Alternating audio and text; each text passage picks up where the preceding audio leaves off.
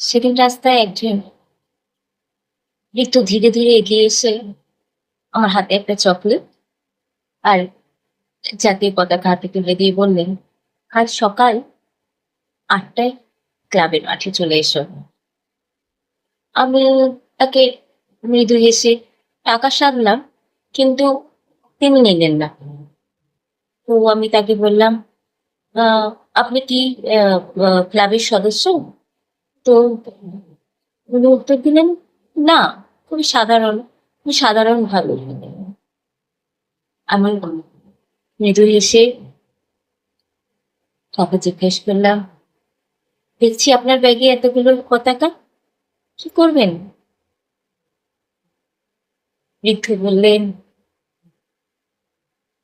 প্রতি বছর 23শে জানুয়ারি, 26শে জানুয়ারি, 15ই আগস্ট পতাকা উত্তোলনের পর সন্ধ্যায়, পরদিন সকালে রাস্তায় পড়ে থাকা, এদিক ওদিক ছিটিয়ে থাকা পতাকাগুলো কুড়িয়ে এনে সেগুলো পরিষ্কার করে সসম্মানে তুলে রাখি আমার এই ছুটিতে।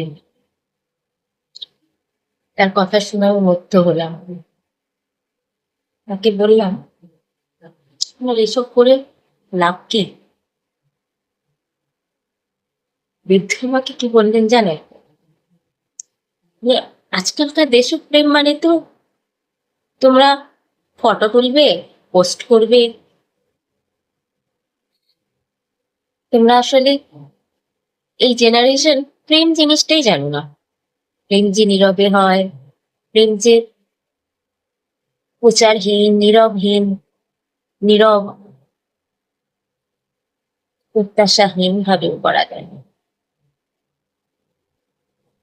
এই পতাকাটা শুধু কাপড় নয়, এই তিরঙ্গা আমাদের দেশের গর্ব, আমাদের দেশের প্রতীক। এই বলে উনি এগিয়ে গেলেন।